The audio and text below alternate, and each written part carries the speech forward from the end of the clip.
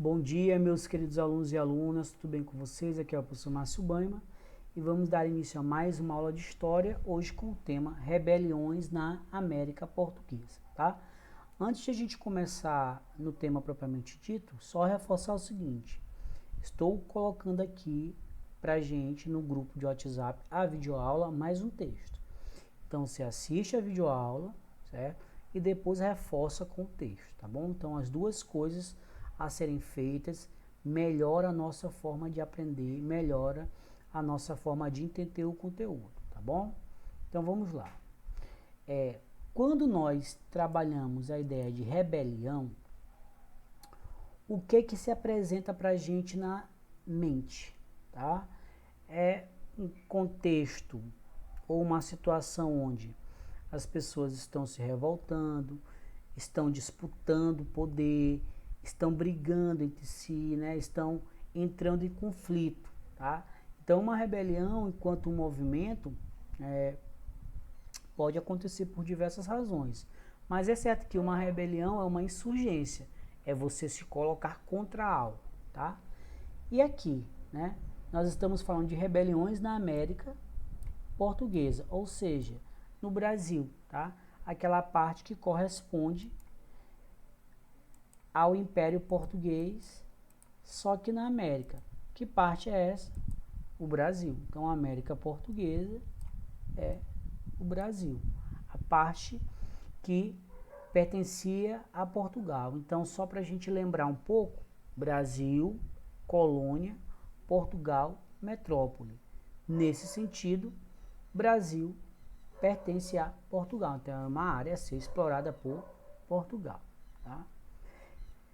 Então, o porquê desses conflitos e o porquê dessas rebeliões. Em história, pessoal, é muito importante a gente entender os fatos a partir dos processos através dos quais eles ocorrem. Então, mais do que saber efetivamente o que aconteceu, é importante a gente saber por que aconteceu. Então, os fatores que vão contribuir para esses conflitos no Brasil colonial. Quais foram? O que vai levar nesse momento a ocorrência de revoltas, de conflitos, né, de rebeliões. Tá? Então eu vou colocar aqui um primeiro ponto para a gente poder discutir e explicar melhor. Então acompanhem comigo. O processo colonizador português evidenciava a contradição entre os interesses da metrópole e os interesses dos colonos. Então pensem bem aqui comigo. A metrópole é Portugal. Quem são os colonos? São aqueles que viviam aqui no Brasil no período colonial. Então, chega um momento que o desenvolvimento da própria colonização cria certas contradições, dentre as quais a gente pode destacar o conflito entre o que os colonos desejam e o que a metrópole deseja. Então, chega no momento em que os colonos vão buscar ter mais autonomia, buscar melhores preços para os seus produtos, pedem também um atendimento da metrópole para as suas demandas, e nem sempre a metrópole vai atender esses interesses. Por quê? Porque a metrópole, né, na condição aí de área dominante, visa somente explorar e obter lucro. Então, quanto mais poder a metrópole tem, mais lucro ela consegue, né? Geralmente ela não vai estar muito preocupada com o interesse dos colonos, até porque esses interesses que estão sendo colocados podem impedir o aumento do lucro da metrópole. Tá? Então é uma contradição. Ao mesmo tempo que a metrópole ela explora bastante, obtém muito lucro, né? Aqueles que vivem aqui e que são os que geram esse lucro também vão exigir uma maior parte, né, nessa situação de conseguir o lucro. Só que a metrópole não vai abrir mão disso. Né? Resultado, muitos conflitos vão acontecer. Então, basicamente, a gente pode resumir esse contexto dentro da lógica do desenvolvimento da própria colonização, ou seja, os colonos em um dado momento vão começar a exigir certas melhorias e que a metrópole não estaria interessada em ceder. Por quê? Porque a metrópole não poderia perder o seu poder não poderia perder seu lucro, nem tão somente diminuir, né? E isso gera conflitos, rebeliões, disputas, tá? Então, é diferente daquela ideia de que o povo brasileiro é cordial, é pacífico, e muitas das vezes até se oculta, né? Essa situação, né? Para aumentar esse mito do brasileiro calmo, né?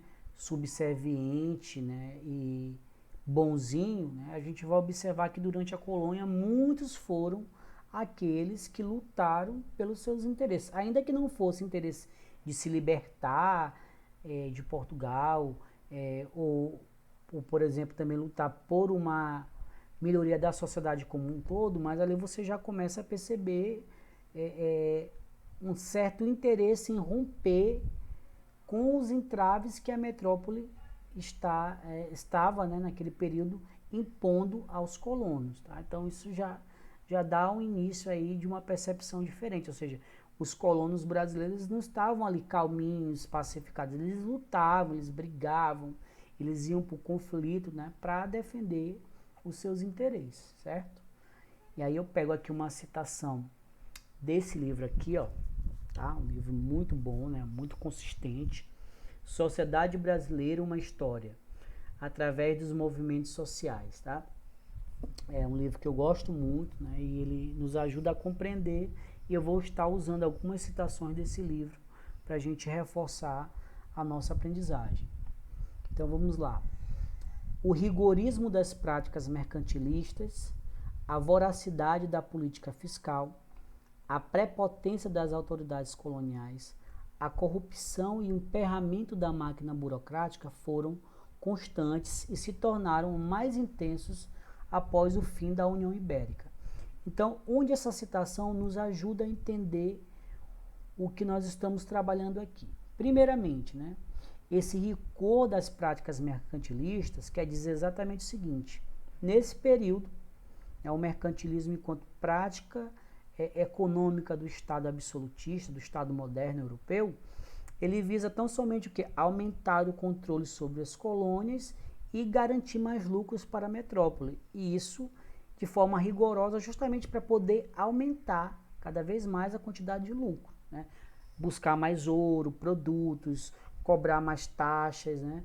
Isso tudo aumentava o poder das monarquias europeias, das metrópoles europeias. Então, para aumentar esse poder, para aumentar a capacidade de ter lucro, então você era mais rigoroso, o Estado era mais rigoroso. Esse aumento do rigor implica que mais aperto para os colonos, tá? Então a gente precisa estar tocando nisso. Quanto mais o Estado moderno, quanto mais a metrópole ela pressiona os colonos, mais eles se sentem sufocados e a tendência é se rebelarem, ok? A voracidade da política fiscal. O que vem a ser a política fiscal? As taxações, as cobranças abusivas de impostos. Impostos sobre as mercadorias, né? Impostos sobre a utilização de certas benfeitorias, enfim, toda a cobrança que serve para arrecadar dinheiro para o Estado metropolitano, né? Para a metrópole. Tá? A prepotência das autoridades coloniais, ou seja, essas autoridades que estavam aqui governando em nome do rei, elas, por serem da metrópole, né, se consideravam superiores e não aceitavam negociar, nem tampouco entrar em algum acordo com os colonos, né?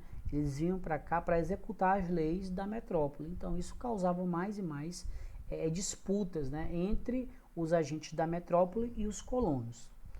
A corrupção também que acontecia, né, e o remédio para a corrupção naquela época, né, na percepção da metrópole, era aumentar a pressão sobre os colonos, né? Então isso só tornava a situação mais difícil. E o emperramento da máquina burocrática. O que seria essa máquina burocrática? A máquina de administração das metrópoles, que nem sempre funcionava, né? E não atendia os interesses, né, ou as reivindicações dos colonos. Okay? Foram constantes e se tornaram mais intensos após a União Ibérica. Então veja bem, durante um período que vai de 1580 a 1640, o rei de Portugal ficou sob o domínio da Espanha, tá? E automaticamente as colônias que pertenciam a Portugal também passaram para o domínio da Espanha. Quando a União Ibérica terminou e o território colonial voltou para as mãos dos portugueses, eles saíram com prejuízo imenso. E qual foi a ideia das autoridades portuguesas? Aumentar a pressão sobre os seus colonos, ou seja, contribuindo cada vez mais para que esses colonos se revoltem diante de tanta pressão, diante de tanta cobrança. Okay? Então, esse é o cenário, tá, desses conflitos. Okay? Olha aí, para complementar então e chegarmos a um ponto muito importante. Em consequência, multiplicaram-se revoltas contra as diretrizes, né, específicas, tá, da política colonial brasileira. No caso aqui, pessoal, todas aquelas leis que a metrópole vai determinar, vai baixar como norma para aplicar aqui, que eram leis abusivas, tá? E automaticamente isso vai causar um desgaste, né? Vai causar mais irritação entre os colonos. Essas revoltas são geralmente denominadas de nativistas, porque nelas ainda não havia projeto de independência do Brasil, mesmo porque inúmeros dos seus participantes e até líderes eram portugueses.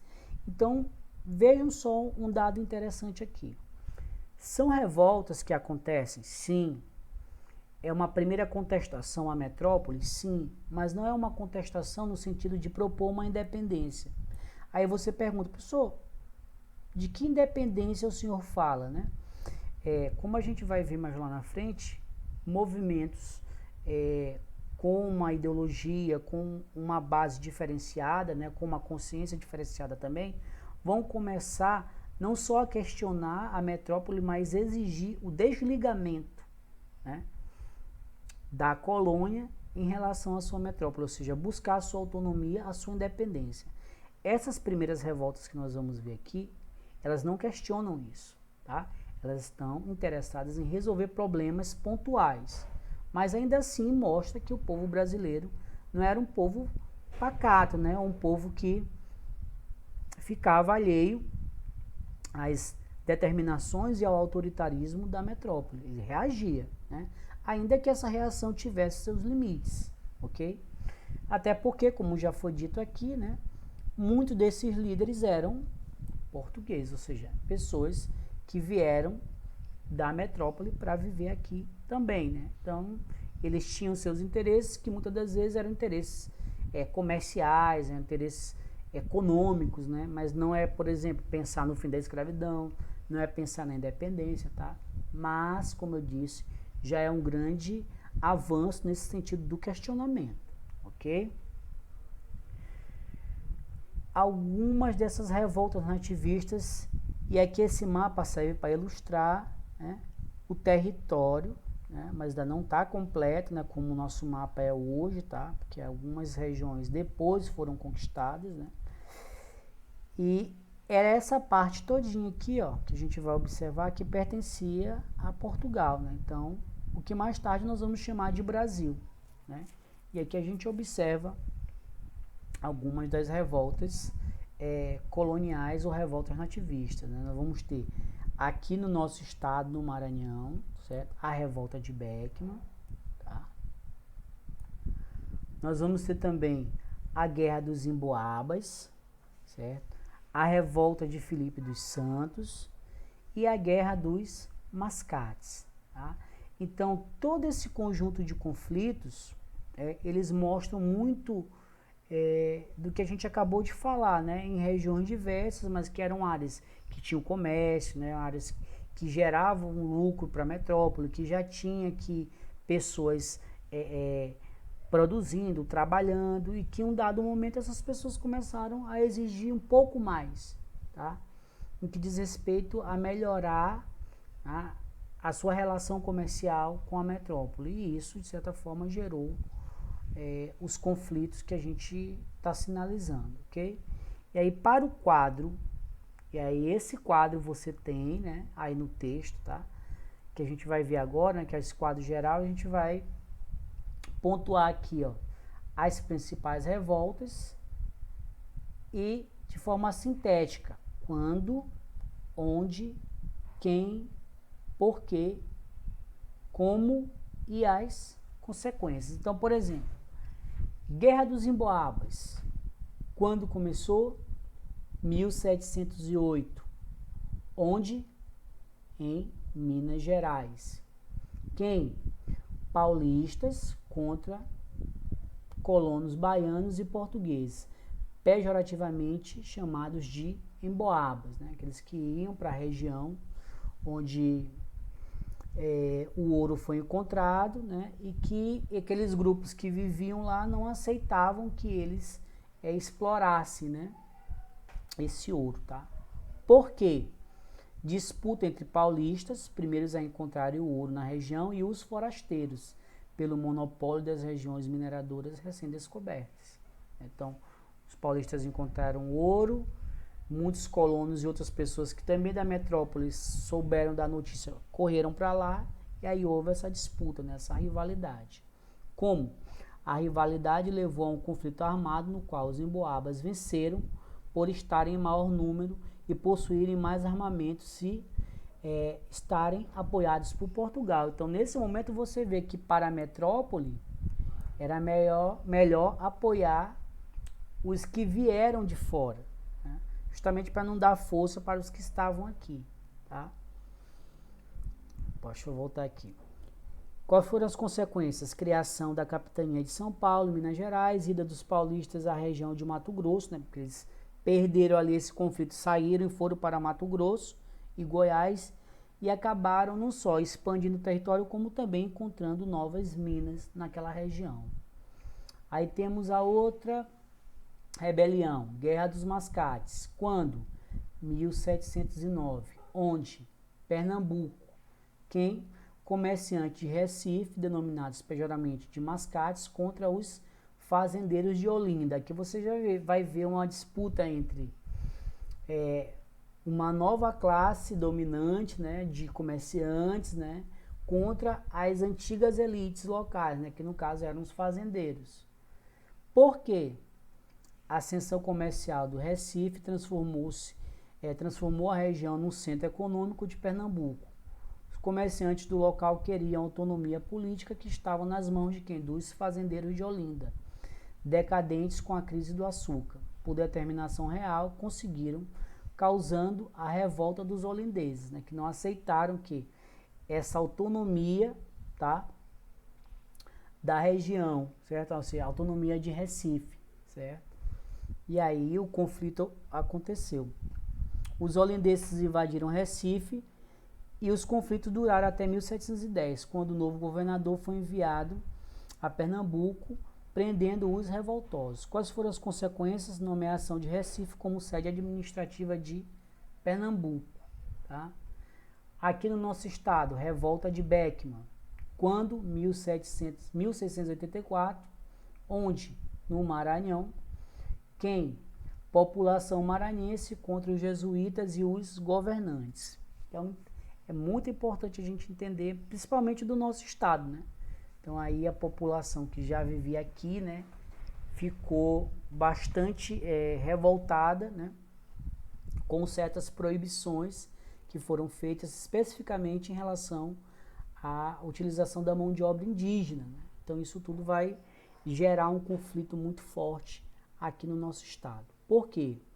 A pedido dos jesuítas, o governo português proibiu a escravidão indígena, principal mão de obra das lavouras do Maranhão, levando ao uso da mão de obra escrava negra, que seria assegurada pela então criada Companhia do Comércio do Maranhão.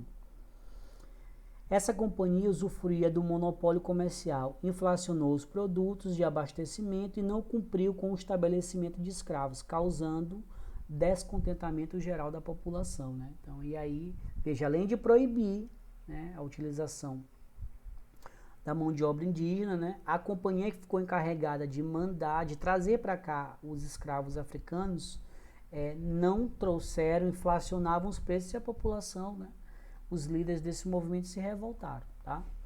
como chefiados por Manuel Tomás Beckmann, aliás, por Manuel e Tomás Beckmann, os irmãos, né, Manuel e Tomás Beckmann, os colonos se rebelaram, expulsando os jesuítas, abolindo a companhia e formando o governo, que duraria quase um ano até que o novo governador fosse enviado ao estado do Maranhão pelo governo geral, aliás, pelo governo real. Quais foram as consequências? Extinção da companhia de comércio, volta dos jesuítas para o Maranhão e morte, exílio ou prisão dos líderes do movimento. Tá? E por último, a revolta de Felipe dos Santos, quando, em 1720, onde Vila Rica, quem? Mineiros e escravos contra o governo. Tá? Por quê? A revolta contra a rigorosa... Pessoal, perdoem a minha garganta aí, por isso que na quarta-feira eu não pude dar aula, perdi a voz, eu tô me recuperando ainda, mas tô dando um pouquinho de rouquidão, eu tô correndo aqui por causa disso, mas vamos lá. Revolta contra a rigorosa política fiscal e opressiva tributação.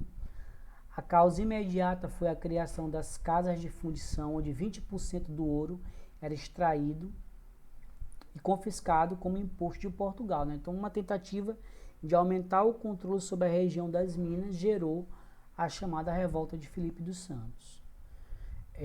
Como rebeldes fazem suas exigências ao governador, que fingiu aceitá-las, até que conseguisse organizar uma ofensiva, reunindo forças militares necessárias.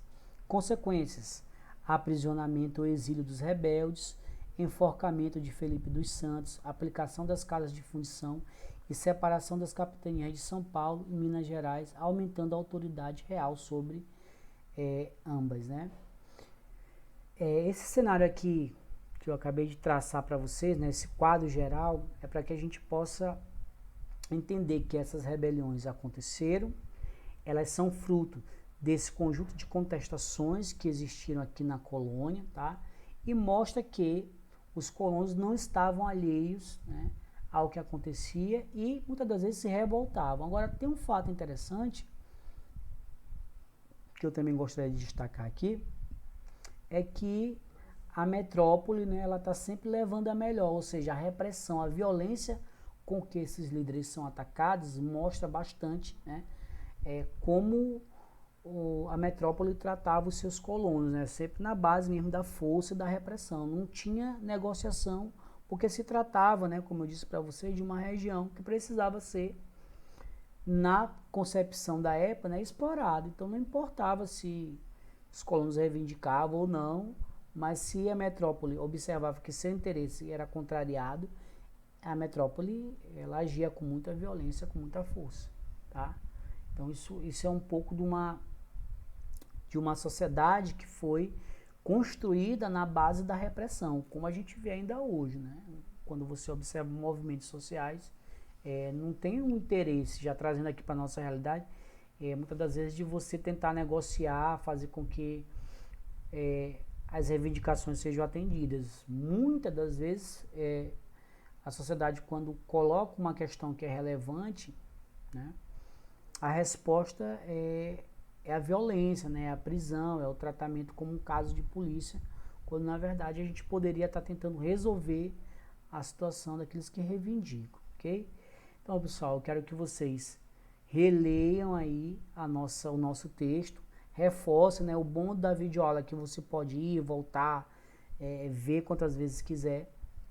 Se tiver alguma pergunta, vocês coloquem lá no grupo, vocês podem também se inscrever no canal ou perguntar lá no canal também, tá? Porque aí, quando eu tiver um tempo, eu vou lá e respondo, ok? Então, essas são as nossas referências, tá?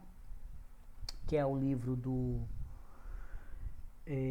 Aquino Fernando Gilbran Irã, né? Que é Sociedade Brasileira, uma história através dos movimentos sociais, tá? E o nosso livro, que é o livro do Alfredo Bolo Júnior, né? História, Sociedade e Cidadania. Só tem um errinho aqui que na verdade é do 8º ano, né? Eu coloquei o do 9º, mas a gente sabe que é o nosso livro do 8º, ok? Então era isso, espero que vocês gostem. Vão desculpando aí pela correria, mas é porque minha garganta também tá finalizando aqui, né? Tô perdendo a voz, tá bom? Então vamos prestar atenção. Obrigado aí a todos Vamos estudar, minha gente. Tchau, tchau.